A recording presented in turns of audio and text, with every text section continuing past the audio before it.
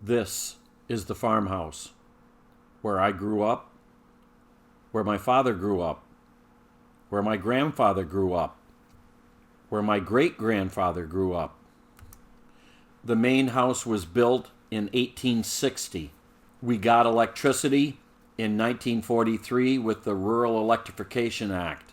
And now what I am doing is I'm removing the majority of the 1960 updates and reverting the era back to somewhere between 1920 and 1950. I'm going to show you each room in the order that I did them years ago. While I am no more of a carpenter or a designer than any member of my family has ever been, I'm doing it to suit me and my tastes.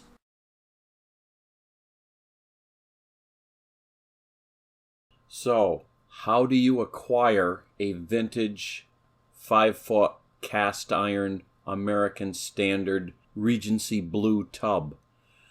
You start by finding somebody that wants to update their bathroom and get rid of all of their 1957 accoutrements. So you get their contractor to remove the stuff carefully instead of taking a sledgehammer to it and breaking it up. Then you have them loaded on your truck. Then you get it home. You get 4 people to help you get it off. And eventually when you're ready, you get a tractor with a loader and you pick that big heavy horse up and you slide it towards the back steps of the house. And then you get it through the door and then into the mudroom, skidding along on those orange sheets of snowplow plastic. That's the plastic that they used to use to make snowplows. And it's very slippery. It's got fiberglass in it. And once you get something on it, it slides quite easily. And then you carefully get it onto a dolly and wheel it into position in our kitchen so that you can work on the drain. And as careful as everybody was, we still damaged the drain, as you can see, and that needs to be repaired.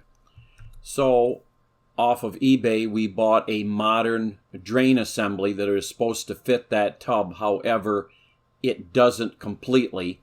And as you can see in the next image, we had to use the overflow because the overflow is angled to match the curve of the tub, where a modern tub is straight down and the drain is straight down, and it would not fit. So with a little adapting of parts, new and old, we got a drain that would work. And then we had to figure out just how much that sagging floor was out of level so that we could set the tub level. And once we had that, we could figure out on the wall where to put the ledger board so that the tub would rest on that and then on that little strip on the floor, and it would align with the hole that is cut in the floor that you can see. And no, we didn't go through the beam this time. We got it right up against it as close as we could, but we're not going through the beam. We're not plumbers. And here is our 1957 American Standard cast iron tub in place, and it's even level. Now here we've got quite a few things going on. We've got the H wall that is going to support the end of the surround, and we got the one piece of surround on, and the other one is laying against the wall. And the cross braces are where the diverter is going to go. We've got a special diverter that's going to go in. And there is the second wall. There's only going to be 2 walls to this surround. They're custom made by Best Bath, and that is in blue lapis. And you can order most any color you want, and then you can, like the diamonds, you can order those, but they're quite expensive for every one that they put in. So anyway, that tub surround is a universal surround, and what we had to do, because it was too wide, we had to cut basically one square out so that it would align. And here's what we're doing with that one strip that we cut away of one square. We're building a little mini knee wall between the chate and the tub. Now, Best Bath supplied us with a tube of Boss Products number 385 silicone.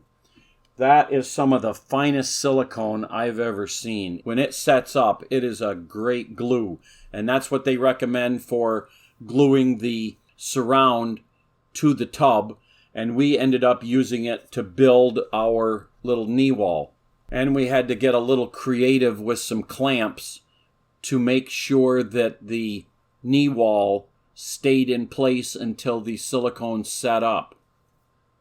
And then we ran a thin strip of the lapis fiberglass down the edge of the tub, and we had to hold it in place with a couple boards and an impact driver to hold it in place until the silicone set up.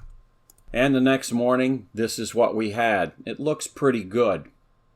And then on the back side, we cut a piece of the synthetic trim board, that white plastic stuff, and glued that to the knee wall to make it thicker and stronger. And here's a view from the tub side.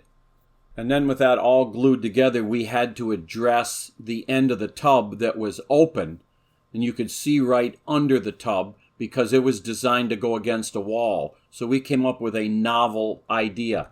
We took a piece of scrap lumber and screwed it to the floor, and that would be the support for the bottom of our wall. We were going to box that area in. And using some beadboard, carefully cut, and you can see we made a couple mistakes, but with a little patching, you won't notice it when it's painted. We set that into place, nailed it on the bottom, and then we used some of that 385 silicone to hold the top in place, and it would set up very strong. And then with and some paint, this is what we ended up with, and it looks pretty good, and it's a great place to store magazines, extra rolls of toilet paper, whatever. Now, to get the color to match the tub exactly, nobody has the color codes for Regency Blue from 1957. So if you go to